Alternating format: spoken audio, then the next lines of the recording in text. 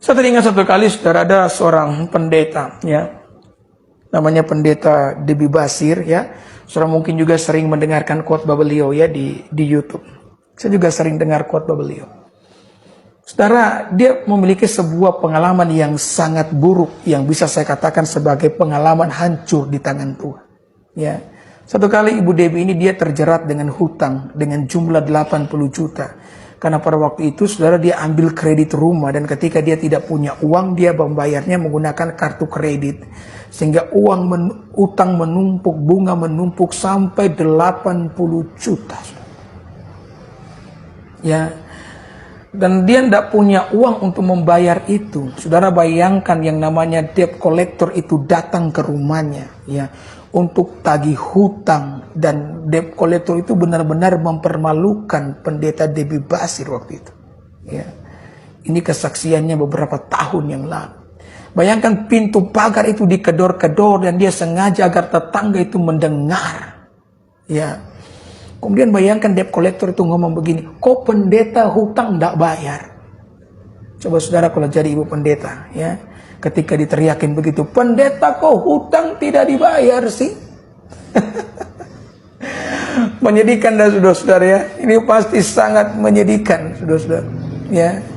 Ibu Dewi berkata, bukannya kami tidak mau bayar, kami akan bayar, tapi berikan kami kesempatan, karena memang jujur kami mengalami masalah ekonomi, ya. Tetapi itu tidak dihiraukan. Saudara tahu, debt collector itu menghubungi gereja-gereja yang sering kali pendeta Debbie melayani. Ya, dia lihat kan Instagramnya pendeta Debbie Basir, kemudian dia lihat di gereja mana saja pendeta ini melayani, dan saudara tahu dia menghubungi gembala-gembala di gereja tersebut untuk minta tolong agar Ibu Debbie melunasi hutangnya. Dan saudara tahu berapa lama itu terjadi? Selama 4 tahun. Ibu Debbie menangis di kaki Tuhan, dan dia berkata, Tuhan, kenapa saya dipermalukan begini? Saya ini hamba-Mu Tuhan. Saya seorang pendeta yang menyampaikan khotbah dari gereja ke gereja, dan sekarang saya dipermalukan, ya.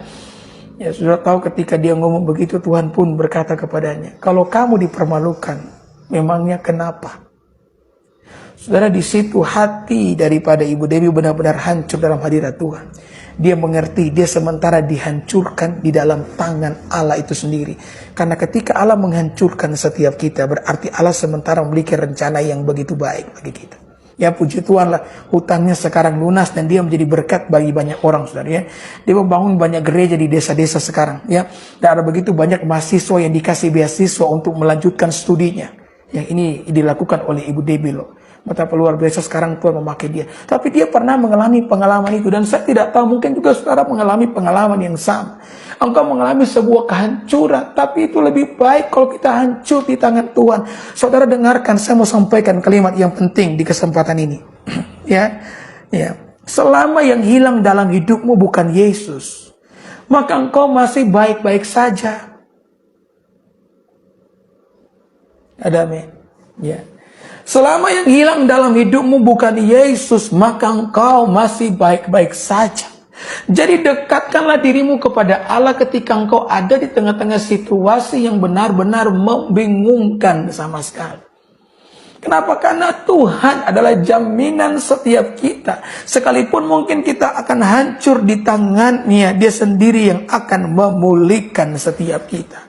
Saya lebih baik menjalani hidup yang buruk sekalipun asalkan bersama Yesus, daripada saya menjalani hari terbaik dalam hidupku dan tanpa Yesus. Yang setuju dengan saya katakan amin. Haleluya. Ya.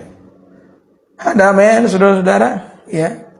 Dia Allah yang mengasihi kita, dan dia Allah yang mencintai kita. Dia jaminan setiap kita, saudara. Ya. Dia Allah yang tidak akan pernah meninggalkan kita. Jadi ketika engkau di dalam sebuah kebingungan, mari dekatkanlah dirimu kepada Allah. Kenapa? Karena dialah jaminan setiap kita. Dia tidak akan pernah membiarkan kita. Dia tidak akan meninggalkan setiap kita.